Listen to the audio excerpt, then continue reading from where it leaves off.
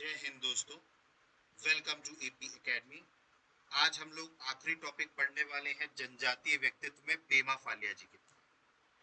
देखिए, last class में हम लोगों ने बादल बोई जी के बारे में पढ़ा था, ठीक। और हमारे जितने भी ट्राइबल हीरोज थे मध्य प्रदेश के, उनके बारे में हम पढ़ चुके हैं और उनका इतिहास में किस तरीके से कंट्रीब्यूशन रहा है वो भी पढ़ लिया। आज जो आखिरी टॉपिक है वो है पेमा फालिया। देखिए, पेमा फालिया की अगर हम बात करें तो इनका जन्म जो हुआ था वो अलीराजपुर में हुआ था, चंद्रशेखर नगर। ठीक है, तो ये बेसिकली कौन सी डिस्ट्रिक्ट को बिलोंग करते हैं? अलीराजपुर, पेमा फालिया। ठीक है, इनकी जो जनजाति हुआ करती थी वो भील जनजाति हुआ करती थी। ठीक है, और ये भीली पिथौरा चित्रकला के चित्रकार थे। जो भीली पिथौरा होता है, ठीक है, इसकी चित्रकारिता ये किया करते थे, पेंटिंग किया करते थे। ठीक, तो पेमा फालिया की अगर हम बात करें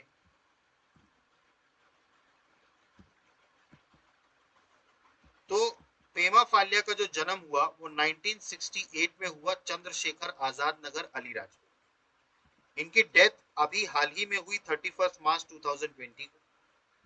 इसके अलावा बात करें तो ये भील ट्राइब को बिलोंग करते थे। ठीक है, और ये एक पेंटर हुआ करते थे जो भीली पितोरा पेंटिंग, ठीक है, भीली पितोरा पेंटिंग लिखेंद्रा, ठीक है, तो ये इसके चित्रकार हुआ करते थे, भीली पिथौरा चित्रकला के।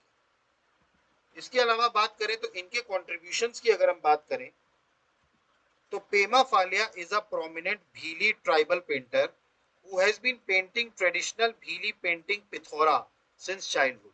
देखिए, पेमा फालिया जो थे ये एक प्रमुख भीली ऑब्लिक आदिवासी चित्रकार थे जो बचपन से ही पारंपरिक भीली चित्रकला पिथौरा का चित्रांकन किया करते थे, मतलब पेंटिंग किया करते थे पिथौरा। इसके बाद बात करें, Pema Fatya was the best artist of Pithora painting. अब देखिए, पेमा फाल्या जो थे, ठीक है, पेमा फाल्या है, फात्या नहीं है, फाल्या है। फात्या, इसको फाल्या कर लीजिएगा। पेमा फाल्या जो थे ये पिथौरा चित्रकला के सर्वश्रेष्ठ कलाकार थे, best artist of the Pithora painting. इनके बारे में बात करें, पेमा फाल्या has a special contribution in getting the tribals art, Pithora art, recognized by carving it with beautiful colors on the canvas.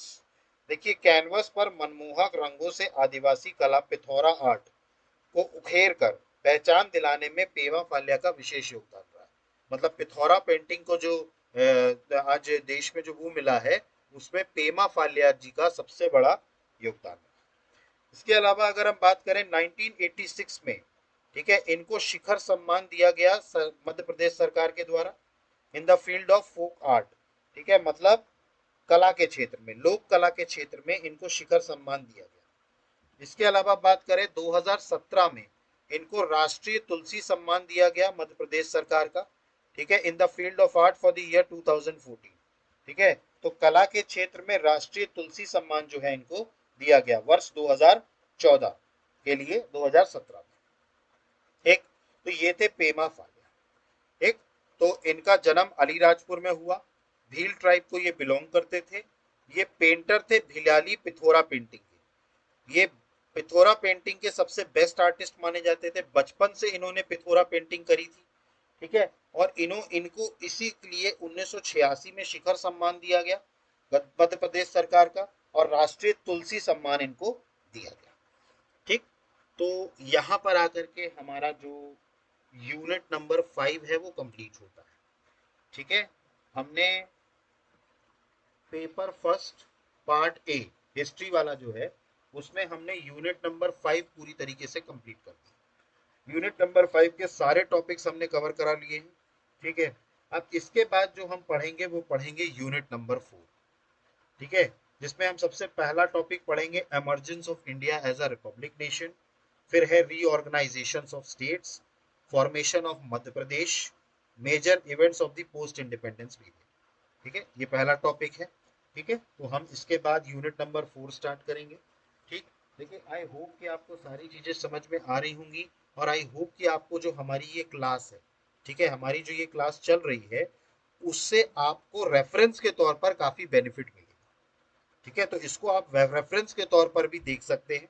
ठीक है, तो आई होप कि आपको सारी चीजें समझ में आ रही होंगी। अगर आपको हमारा चैनल पसंद आ रहा है तो प्लीज हमारे चैनल को लाइक कीजिए, सब्सक्राइब कीजिए और मैक्सिमम से मैक्सिमम शेयर कीजिए। So guys, thank you, have a good day, जय हिंद, नमस्कार।